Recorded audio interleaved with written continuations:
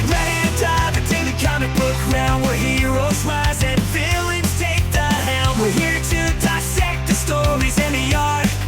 On source material, we tear the panels apart. Okay. Well, it's been a year. I was thinking today I need to do a 2024 year-end review. I did one in 2023, and it is December 31st. So let's talk the source material comics podcast feed year-end review for 2024. One of the big things I wanted to do this year was celebrate my 10-year anniversary by doing a bunch of guests and this and that. I didn't do it. So it was September, I think, maybe October. I hit 10 years of podcasting. I wanted to celebrate that, to reach the big 10th year anniversary and do something accordingly. Well, that time passed. It can't go back now, but that's okay, because maybe we could do something this year. This would be technically the 10th year of podcasting, and we could celebrate it all year by doing some fun stuff. I'm not going to hold myself to it because I didn't do it last year. Very good possibility I won't do it this year. That's okay. We're here to have fun. We're here to enjoy the world of comic books. And yeah, it's been a year. It's definitely been a year. So what I'd like to do is just kind of go down through some of the stats of the channel, some of the trends, and perhaps my top 5 favorite things to come out of this year. I'm not going to just do top 5 episodes, although there will be some episodes mentioned. It's going to be more of a top 5 of what happened on the channel. For me personally, you may have a different viewpoint. So let's get to it. Just to give you some numbers of what happened on the Spreaker feed. We're going to talk about Spreaker initially, and then we're going to talk about YouTube. But let's specifically stick to Spreaker right now.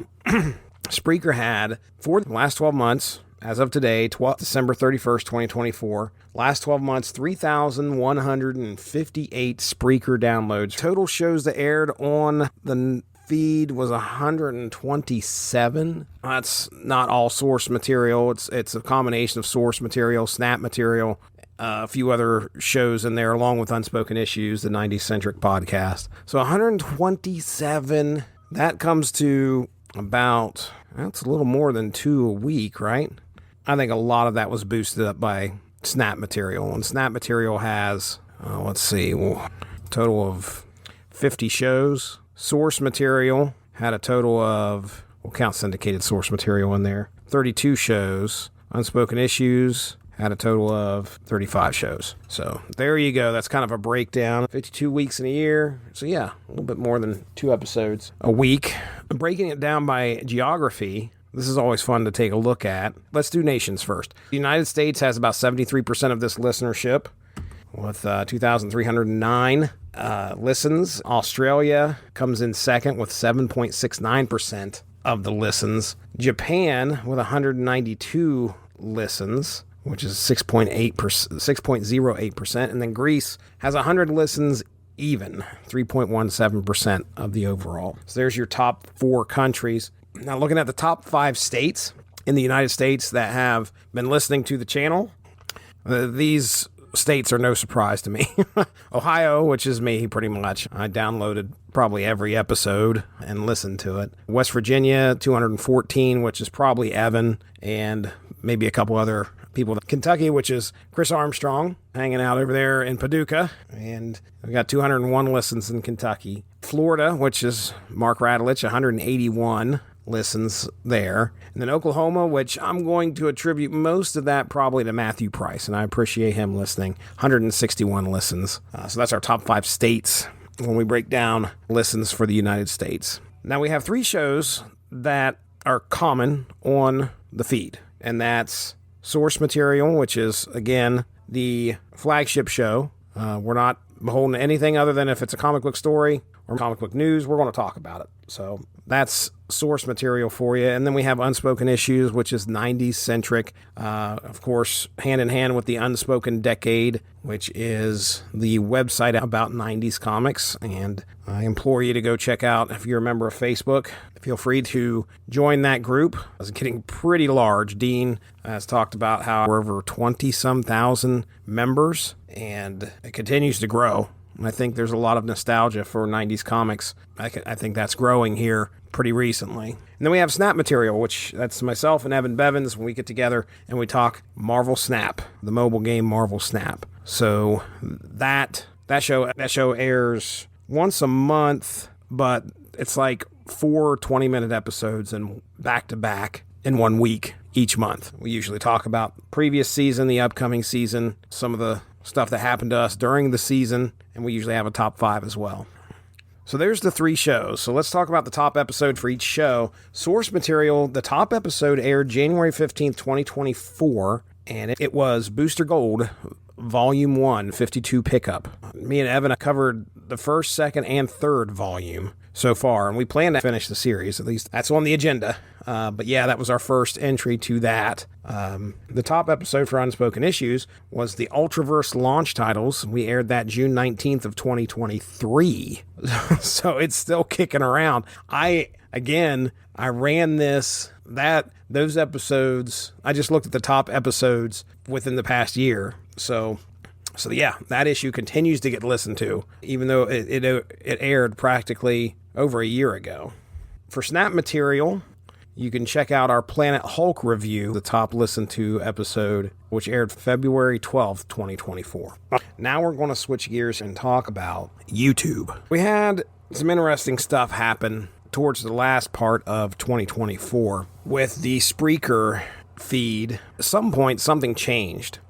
When you created an episode in Spreaker, you could have it upload automatically to the w2mnet.com YouTube page. Well, there was either a falling out or something happened between Spreaker and YouTube, and they removed that option. One of the things I liked about the YouTube page was the podcast section. I don't know if YouTube already knew how to do it, or if Sean, the guy who runs W2Mnet, went in and set it up to do this, but there would be a podcast section, and you could find the Source Material Comics podcast feed, and there would be almost all the episodes that I had aired for a very long time. There was also an Unspoken Issues podcast feed, so they were all there, and you could go to the YouTube and the YouTube website, and you could punch it in, and oh yeah, there's all the podcasts there as well. So it's just another way of getting the podcast distributed, and YouTube took that away, or Spreaker took that away, because the option was no longer there.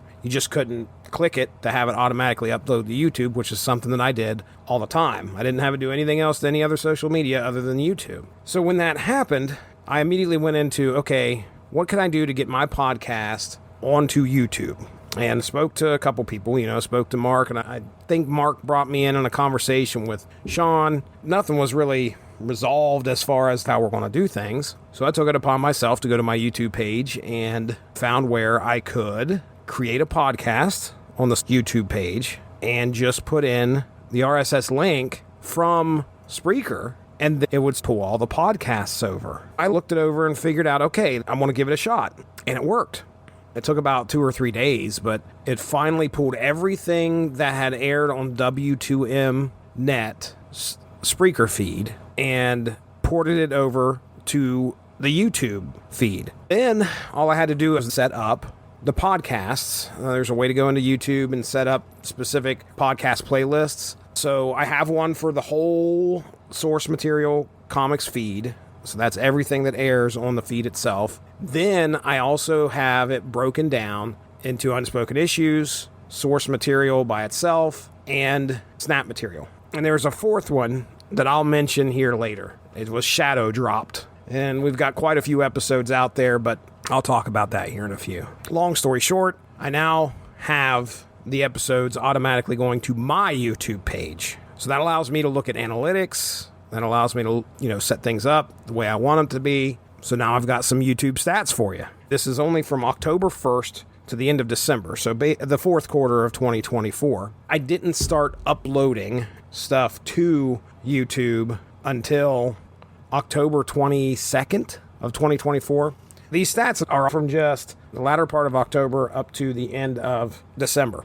According to YouTube, I have 2.7 thousand views. I did have a little bit of content on there, like the Metal Hammer of Doom Extra, but those are really old videos. So it's not like these things are these are videos that continually get watched over and over and would factor into these views. There's probably a few stragglers here and there, but this YouTube channel was used very little up until this point. It said 2.7 thousand views since October. We'll go ahead and break down the top 10 for both Spreaker and YouTube right now for the year of 2024. All right, you ready? Let's start with Spreaker first. Spreaker, going from 10 to 1. We have the syndicated source material episode from 2016, Age of Apocalypse, episode 74. I re-aired it, and it got on Spreaker 27 listens. That aired June 6th of 2024. And we have the Superblog Team Up Foundations event, where I had a podcast called Traumatic Resonance, What I Learned from Deb Whitman. It was an interesting project that aired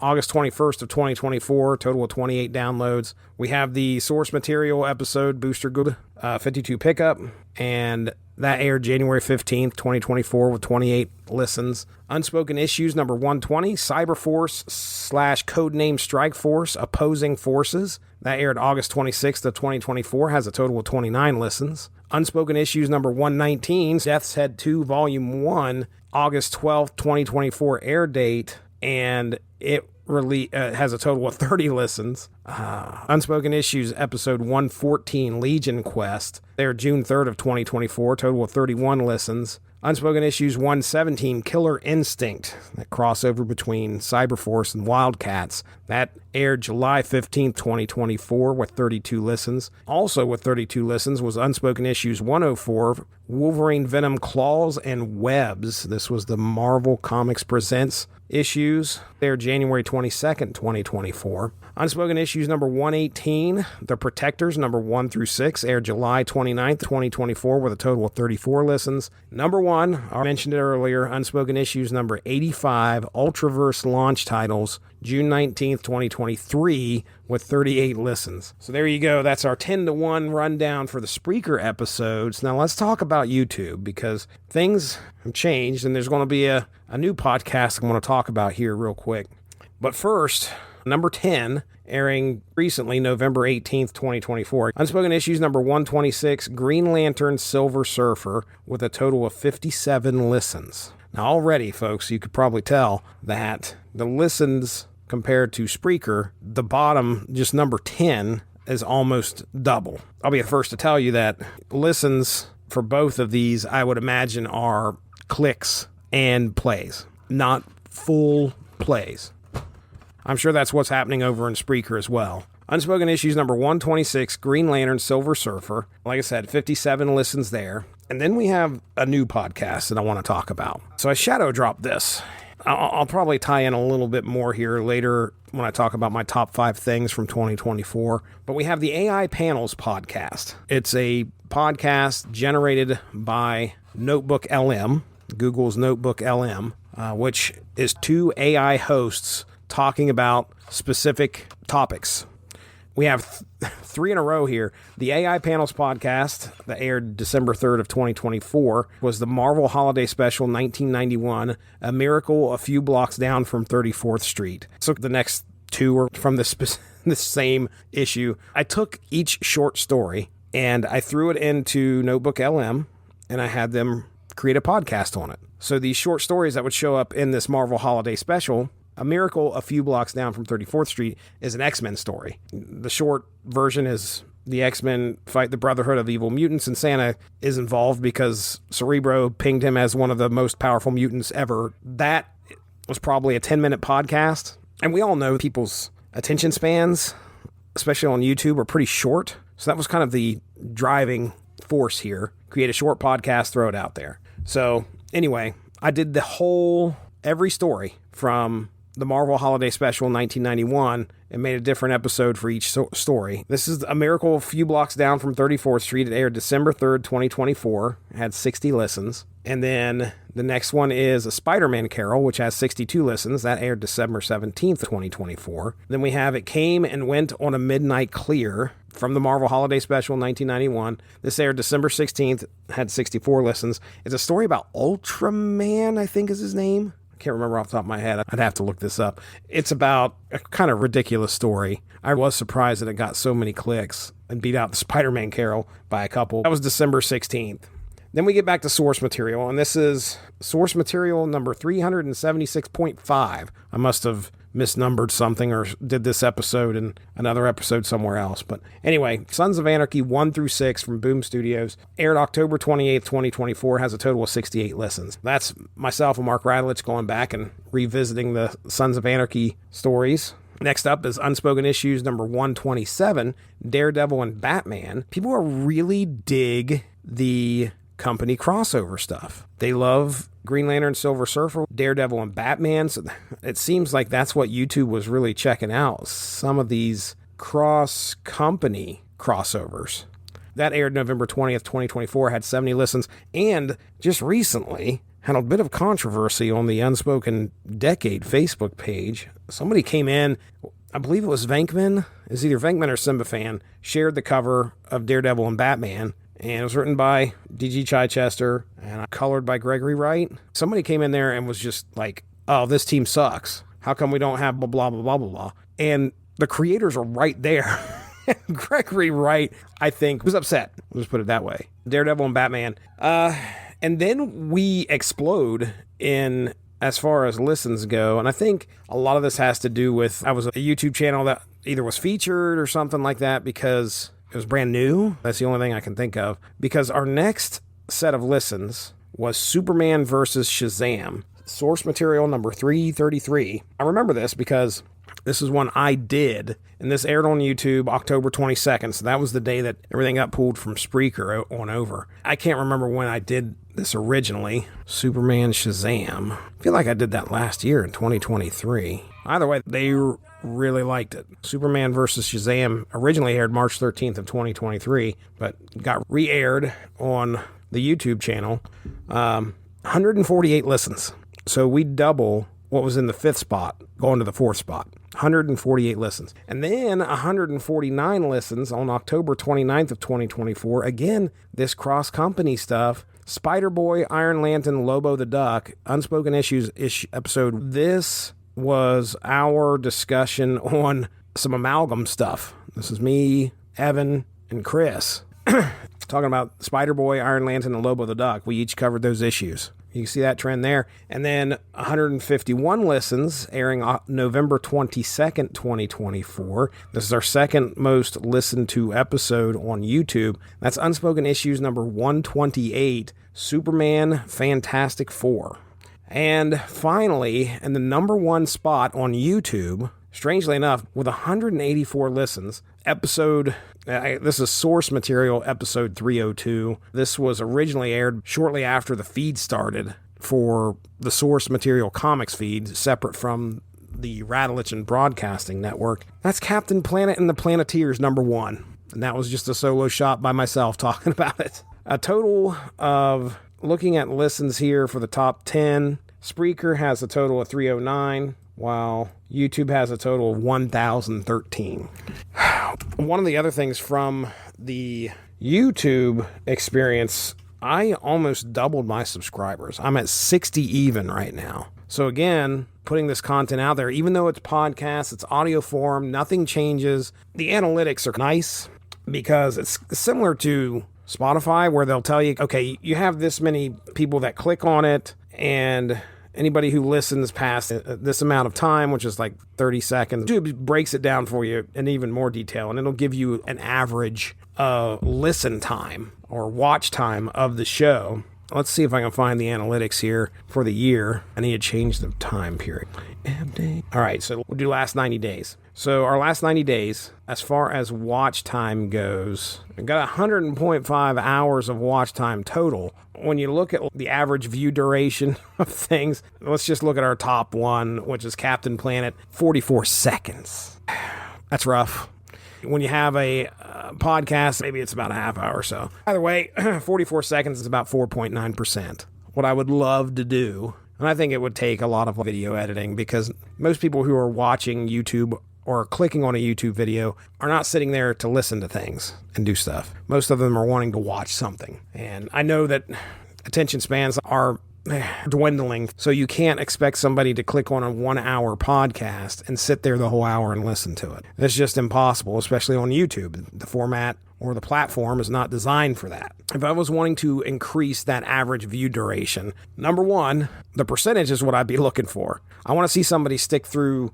I'd love to see that average view duration be like 60 or 70%. The thing is I don't know what the likelihood of that is. I don't know how many Mr. Beast videos are watched all the way through. I guarantee you it's more than mine, but maybe Mr. Beast looks at it and says, okay, we got an average view duration of 50%. That's pretty good. If you can keep your average at 50%, if you can keep people sticking around for over half the video, that includes all the people that clicked on it and then 30 seconds later click to something else. Maybe this is something I'll have to discuss with somebody interested in actually talking to me or walking me through how to increase viewership. But my initial thoughts are reduce the video size. If you have a 2-minute video and they watch 1 minute of it, you're already at 50%. So that's an easy way of getting around the view duration. But at that point, you're at TikTok levels, or which, I've got to learn how to do reels. I might start doing some reels. What do they call them on here on YouTube? Shorts. If TikTok goes away, it's going to be either Facebook or YouTube that takes over that spot. So again, I'm going to have to start figuring out a way to do that. To get my main content video view duration up, I think it's going to be a matter of making the videos smaller, and that doesn't happen in a long form podcast. So that's kind of out the window. I'm just going to have other content that fills that role. And that's where AI panels kind of comes in. But back to the breaking down the stats here, I have one video. Let me see if I can find it real quick. Gen 13, 29 views. Average view duration was 12 minutes and 42 seconds, which blows everything else out the water. Wonder Woman Plus, number one, has an average of 8 minutes and 27 seconds. 22 people viewed it. Some of the higher numbers do have people that stick around. Maybe they just listen because they have YouTube Premium and they can put it on in the background. A few outliers, like I said, when you look at some of the older stuff, Death's Head 2 Volume 1 has about an 8-minute average view duration. It's an hour and 35 minutes long, but 13 people total listen to it. A couple of standout things that I noticed is that it seems like people really like the cross-company discussions. You just don't get enough of that nowadays. The good thing is, and the reason why we aired the amalgam stuff and some of the company crossover stuff recently is because Marvel and DC were going to release the DC versus Marvel and all of the intercompany crossovers in one big omnibus, which is fantastic.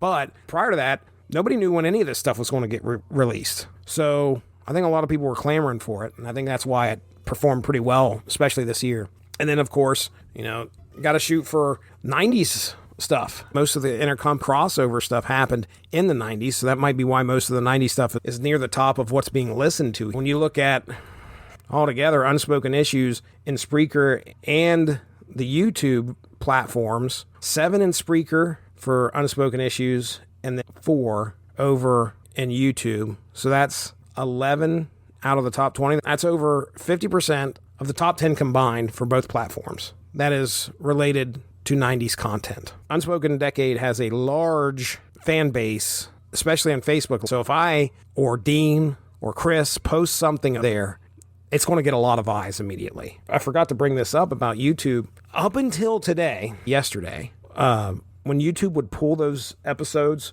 from Spreaker and air them on YouTube, there were no ads whatsoever. Spreaker, I assume, all due respect to Sean, probably set it up like this, or at least there's an option to change it, and he hasn't done so. Obviously, you want to put ads in your podcast on Spreaker to make some of the money back that you're paying for this subscription, because he pays for a large subscription, and to make some of that money back, he's got to do the ads.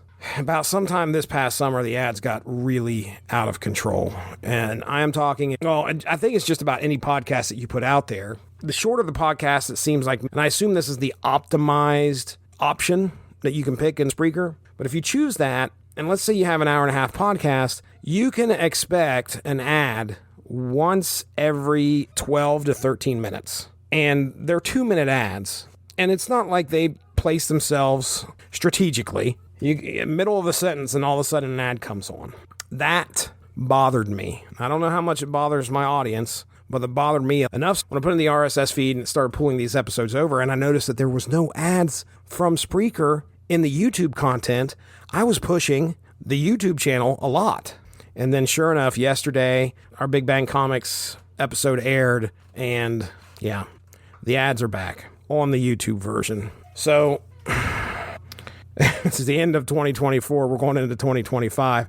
I remember last year talking about how maybe I'll separate these into feeds. Didn't happen. It was on my mind for a little bit, but I'm able right now to pace things where it's an episode 1 week of source material, an episode of unspoken issues, and then I can get caught up pretty good.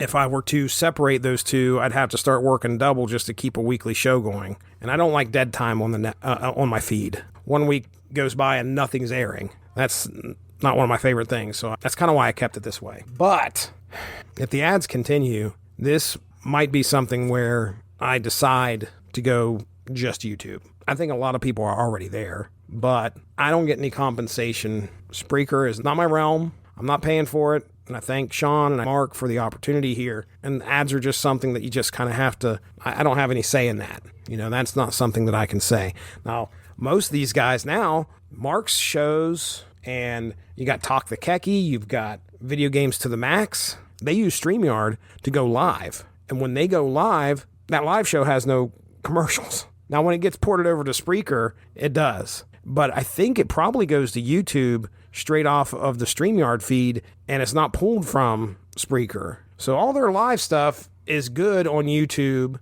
Of course, you got visuals there, you know, all of that's going on. All their live stuff's great over there. But when it comes to the audio, which is usually primarily me, I record stuff way ahead of time. I'm in a situation now where I don't want my stuff like ate up by ads. Why not go to YouTube for free? If everybody is watching YouTube, unless I can figure out a way to not do the ads, that's the only thing I can think of. But 2025, that might be like the number one thing that gets addressed on the network. That's a lot. But right now, I've almost doubled my subscribers. I'm up to 60 subscribers. Woohoo. That's the YouTube channel needs a lot of work, but hey, there it is. All right, let's move on here.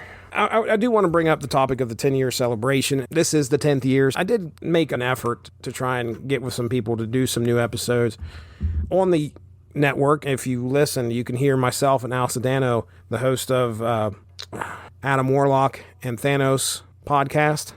We finally got back together and we were talking about Quantum and Woody. So that came out of my drive because I contacted him like New Year's Day and said, dude, let's get together. What do you want to talk about? He picked a thing and then we got to it eventually. I think he's going to start airing some of his shows. He's been on a bit of a hiatus lately, but I think his show should be coming back here at the beginning of 2025. Our plan is to finish our discussion on Quantum and Woody. That is one successful part of the 10-year celebration that I did get to do.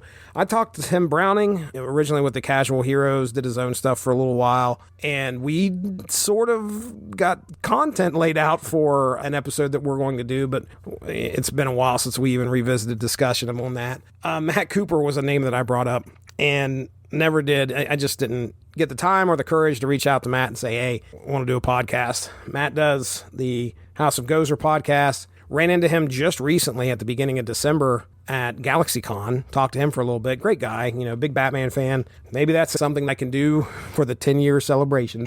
There's so much more I would have loved to have done. I got this whole next year to do it, so we'll see. But I would love to continue to do some additional stuff with some additional people just bring on some guests. And I'd love to go out and do a little guest spot too, you know, like got to go over and hung out with Al Sedano. He actually reached out to me, did something with him, but haven't really gone out and did anything on anybody else's shows other than the guys over at the Rattlich and Broadcasting Network. Usually me and Mark get together and we do some stuff over on his TV party tonight. We did some great stuff over there. If I had a top 10 for the shows that we did, there's quite a few that I really enjoyed doing over the year. So let's talk about my top 5 things from 2024 with the Source Material Comics feed. And one of the big things that I want to talk about here right at the beginning is the use of artificial intelligence. Some people out there are just throwing stuff at the radio, taking their earbuds out and throwing them on the ground because somebody mentioned artificial intelligence. A lot of people are very passionate about it.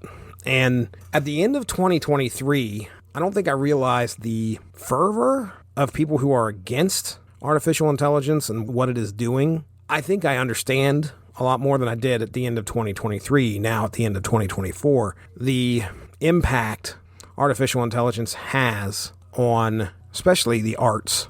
And, Dean Compton of the Unspoken Decade and of the Unspoken Issues podcast, he is against artificial intelligence. And he came out and he asked me, can we scale back on the artificial intelligence stuff with the Unspoken Issues podcast? I was creating some summaries and having an artificial intelligence person, an AI, read it. He's very much against AI and what it's doing. It's going to impact jobs. It's going to impact a lot of industries. It's going to impact the arts. Already has. So there's a lot of concern there. I respected his wishes and I scaled back on that stuff. I said, hey, I got a couple other episodes in the pipeline. That stuff's going to come up, but from there on out, no problem.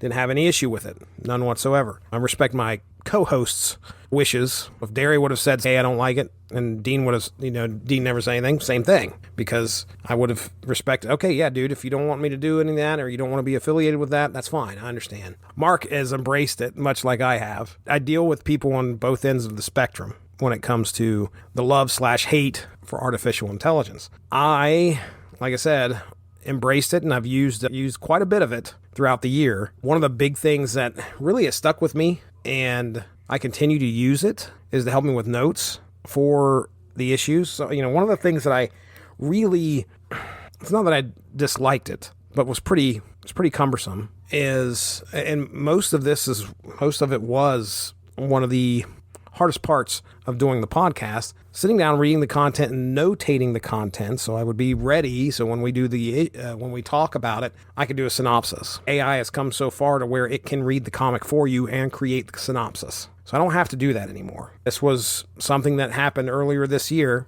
You can scan the page. Okay, tell me, summarize this page. Boom, it'll do it. Okay, here's the next page. Boom, it'll do it. So yeah, at the end of, at the end of this year, and what's the constant thing that's been through here, I have used ChatGPT to summarize. I've actually created a specific GPT that will take that and make a synopsis for it.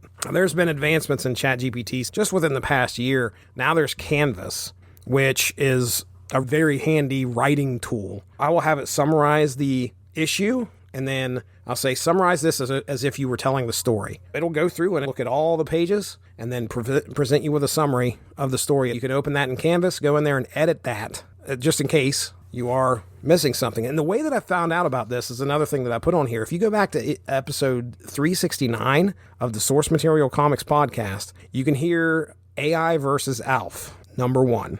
This was about the time I discovered that ChatGPT does a fine job reading the comics. There was a room for improvement, and it has improved since then. I would read the comic and have it do a synopsis of the story, and wow, it did a great job. So right there, I was like, okay, that's what I'm going to continue to do. I'm just going to go ahead and continue to grab and put those in there, and then I'll edit the story as I read it. I'll look over the notes that it's made, and if there's something important, I can use Canvas to edit the synopsis, and boom, I'm done. And it saves so much time. And I just make my notes of the few things that I want to point out on the issue. I'm done. So that's helped out tremendously. The script is another thing that I use constantly. They have something called the AI Underlord, which is basically a bundle of features. You can take your podcast episode after you've recorded it, throw it into the script. The script will notice how many speakers are talking. Usually there's 2 or 3. I'll tell them who those speakers are. It will then do a transcript of the whole podcast. And with the AI Underlord, you can edit that transcript, which then edits the audio. So it will remove all your uhs and ums, and you can pick out specific phrases. I use a lot. That can be removed completely. You just got to go up there and type in, all right, find all cases of You can listen to each one just to make sure that, it is being used in the context that you want to remove it for. Because sometimes it is actually being used as a part of a sentence that is necessary. The AI Underlord, now all I have to do is just boom, it goes through and does all that for me. I listen to the podcast. I may have to undo some of the edits, which is pretty simple, but what it saves from what I used to do with Audacity is insane. Audacity, I had to mark everything that I wanted to move, and I have to listen to the whole podcast and mark everything at first. That does it for me, and I can find what needs to be undone if necessary and move on. The other thing the script does is I can then publish or export the transcript. I take that transcript and I throw it in a chat GPT. I created a GPT specifically for this. Create an episode description of the following transcript of my podcast, provide me with some tags, and provide me with a couple Twitter promotional tweets. Boom. I've got a thing there. I got to read over it, make sure everything looks good. It mentions the host. I kind of had to massage it a little bit and give it a specific prompt, but that was the other thing I dreaded was like, okay, now I've got to write at least 2 paragraphs here of what's going on. Done. So just about every single podcast description since probably about March, I don't know, February or March, that's all ChatGPT looking at this transcript of my podcast and generating something.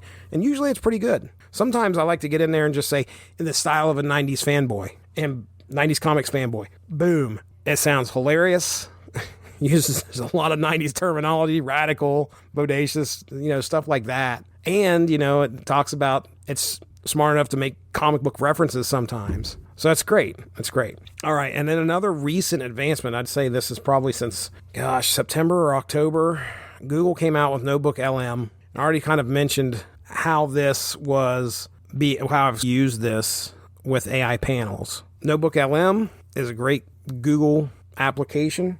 You can put in up to 50 sources, and NotebookLM is an AI that's specific to the sources that you put in there. So it'll review all the sources. They could be websites, they could be YouTube videos, they could be text that you've decided to write, it could be all sorts of different things. Google Docs looks over all those sources, and if you have questions, it can create briefing documents, it can create timelines. You can ask questions of those documents, like, okay, explain to me how... Dealing with a transcript, explain to me some of the quotes from the transcript. What are some of the good quotes? What are they talking about? Blah, blah, blah. Well, you can also generate a 2-person podcast. In my opinion, the conversation between the 2 artificial intelligent speakers seems very natural. So natural, in fact, that what I did was I would have ChatGPT read a comic. It would then create a synopsis of that story. I would take that synopsis along with some other important info, put it into NotebookLM, and then NotebookLM would create a podcast on it. Recently, you can go in there and tell it what kind of information you want or how you want it to present that podcast. There's even one option, which I haven't, and I don't know if I ever will, but I did it with one of Mark's podcasts and shared it privately with him. You can turn on an After Dark uncensored mode, which is pretty funny. Using that, I could then create like a 10-minute podcast about the specific story or the specific issue. I did a 4-issue Terminator series and put it out there. It was pretty cool. Sometimes you may have to edit some things. There's sometimes where there's a bit of hallucination that can happen. That's not always 100% accurate. But it takes like, a couple minutes, 10 minutes to review the podcast. That number one, I read the comic, but I didn't have to note it. I didn't have to record anything.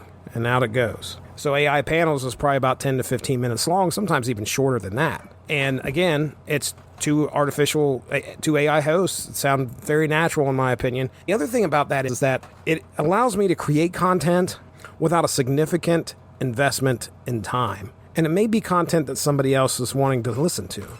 Like that Ultraman story I was telling you about. I can't remember his name. That's one story from the 1991 holiday special. I don't know who else is covering that out there. There might be somebody that wrote about that, but I don't know where else you're going to find it. I have some content out there about that now. So that was one of the reasons and the big motivators behind AI panels was it's a quick and easy fix to get content out on something that maybe somebody else doesn't want to spend half an hour recording, including myself. But of course, the downside of that is that everybody has access to that right now. Like voice simulators, you could use 11 Labs if you wanted it, and it may sound a little bit more natural. Since everybody has access to it, there's going to be a flood of podcasts with these 2 hosts. So you're going to immediately know. Is the window for like, oh my gosh, that doesn't sound like AI, and yeah, that's AI. It's pretty narrow if it's not already shut. Anybody who's heard these 2 podcasters would know it's AI. Real quick, I want to talk about NotebookLM use case that I had. It ties in with this. I had a guy who asked a question on a YouTube video that I uploaded back when we did the October uploads. He asked a question about something that one of the guests said, and I couldn't remember what was said. He said something about an issue, specific issue, and blah, blah, blah. What specific issue was that? I took the YouTube episode, which most YouTube videos, when they're created now, create a transcript along with them. So that's kind of what NotebookLM uses. It looks at the transcript. And yes, those transcripts can be awful sometimes. Words that are being said are misconstrued. However, I took the YouTube video, put the link in NotebookLM. It has it up there in seconds. It looked at the transcript, and I just asked it. There was an issue mentioned.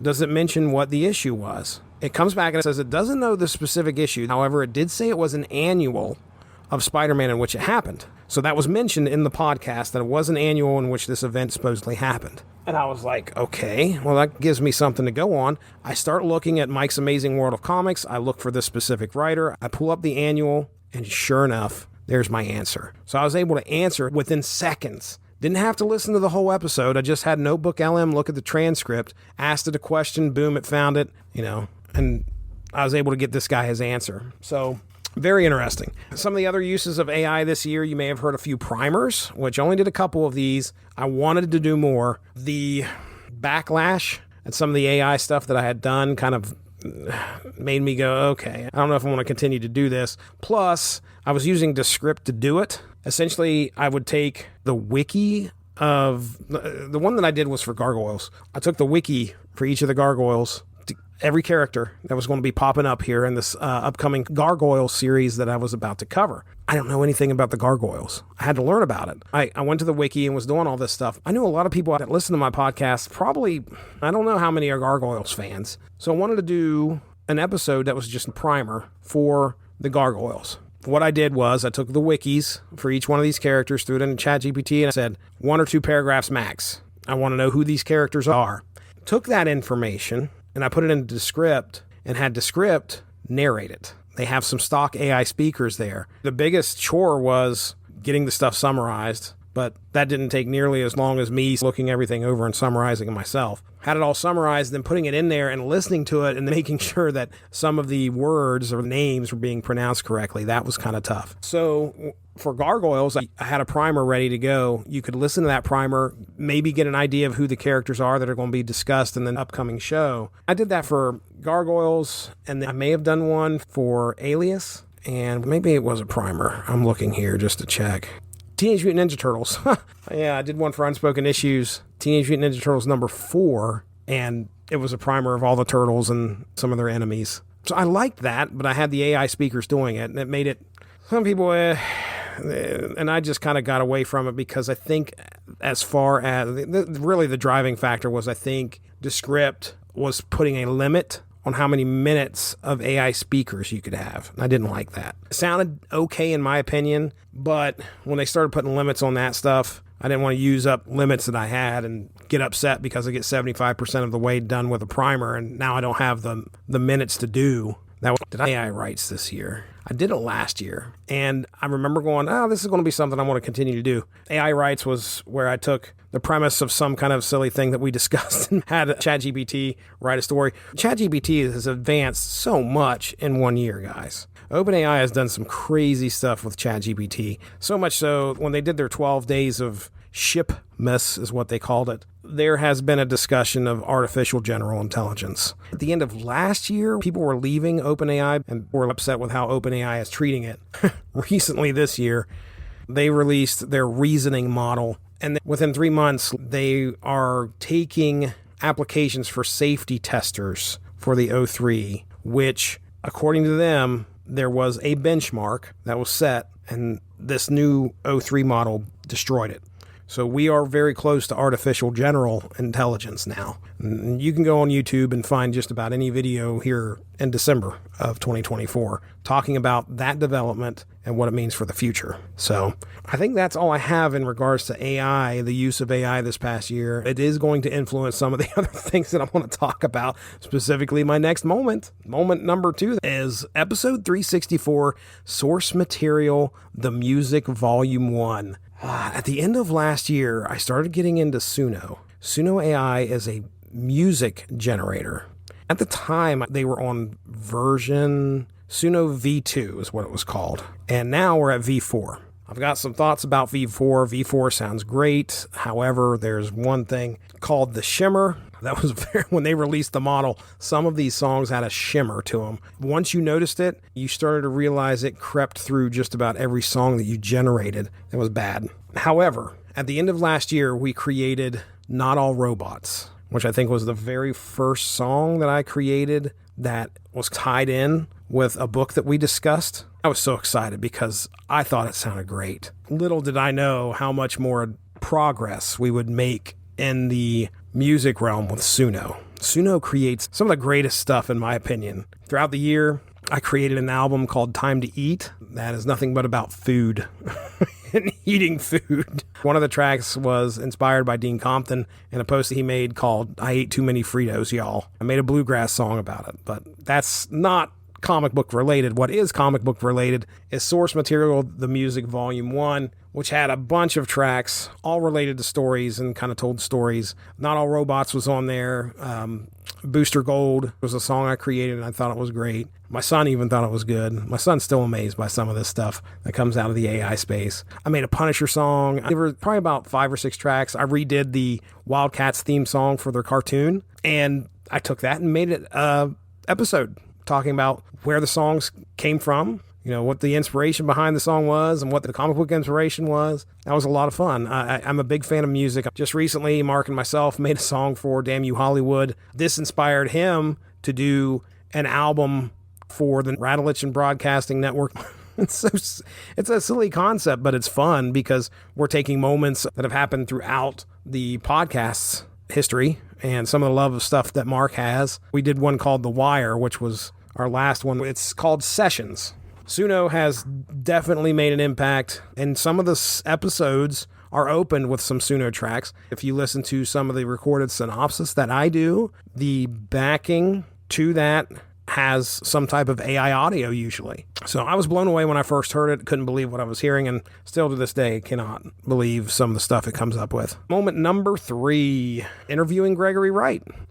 That was probably one of the bigger moments this year, actually getting to sit down and talk to a creator, a man who's normally known as a colorist. Usually when we talk about him, he's colored a lot of 90s books, but he's wrote some too, and he wrote Punisher No Escape. So there's like 3 parts. My gosh, what are the episodes? 105.1, 0.2, and 0.3. 105.1 was What Got Cut, Punisher No Escapes. We had some extra stuff where we talked with Gregory, and we talked amongst ourselves about what was going on with Punisher No Escape.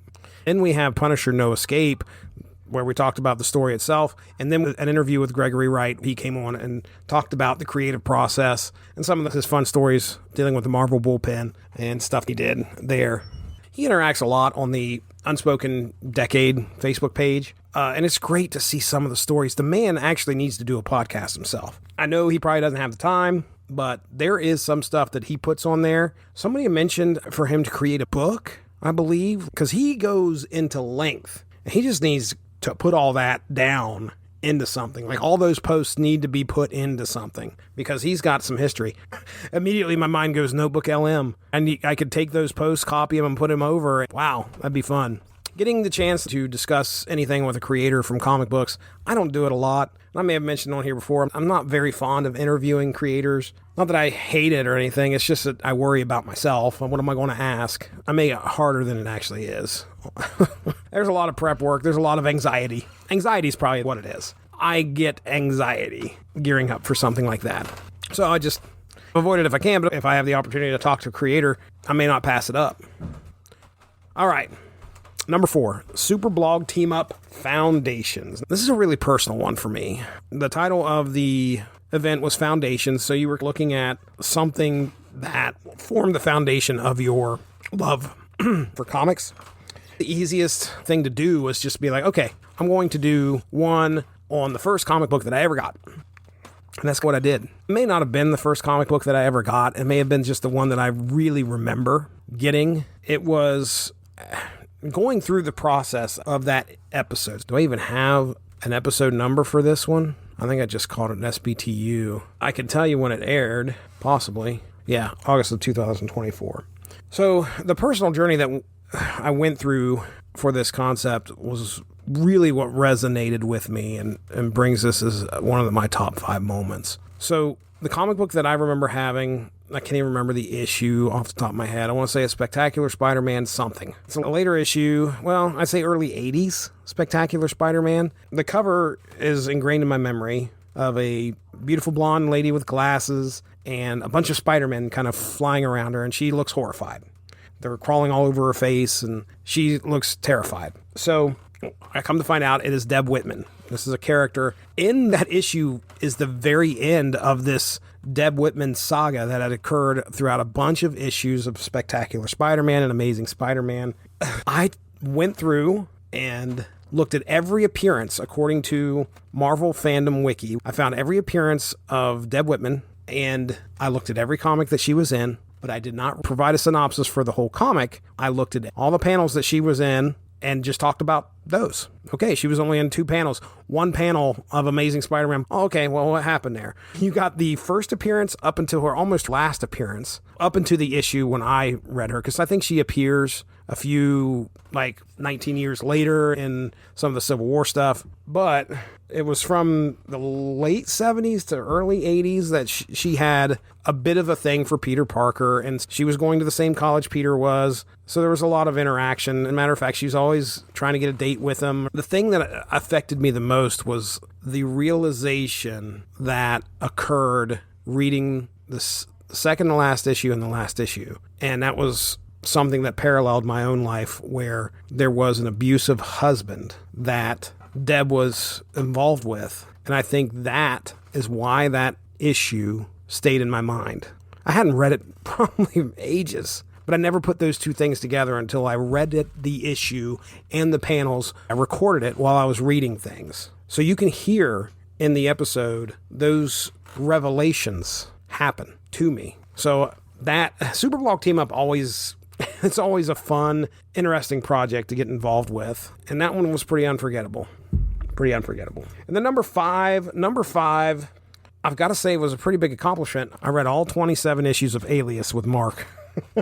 Alias was a book that I've always wanted to read, and we watched Jessica Jones. I knew who Jessica Jones was, but covering all of those issues in one large swath with Mark was an undertaking. I think we split that into 3 episodes. Maybe it was 4. One episode I just went through and talked about the characters and kind of gave everybody sort of a primer, and then the other 3 were us discussing what happened in all those issues. And yeah, as far as the most successive comic books go, there was like a 14-part Maximum Carnage.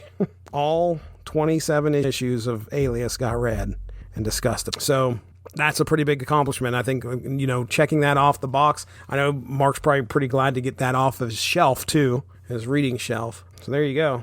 So what's on the horizon for 2025? I talked about 2024 here. What is on the horizon? It's the 10th year, so maybe we'll celebrate it that way. I'm not expecting anything big to change. I'm not going to put anything on myself this year. As far as artificial intelligence goes, I've scaled that back a little bit. As far as creating content with it, using it to help me create content is going to be a different story, though. As far as audio content goes, you're probably going to be hearing live voices on the Source Material Comics feed through Spreaker. AI panels is a different story.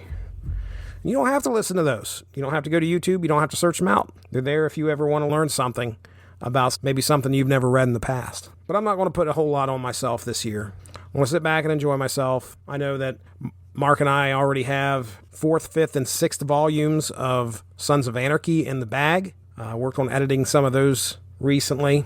We're finishing out our City of Bane. That hasn't been completed yet as far as airing on the network, but already been recorded and will be airing soon. It's 2025.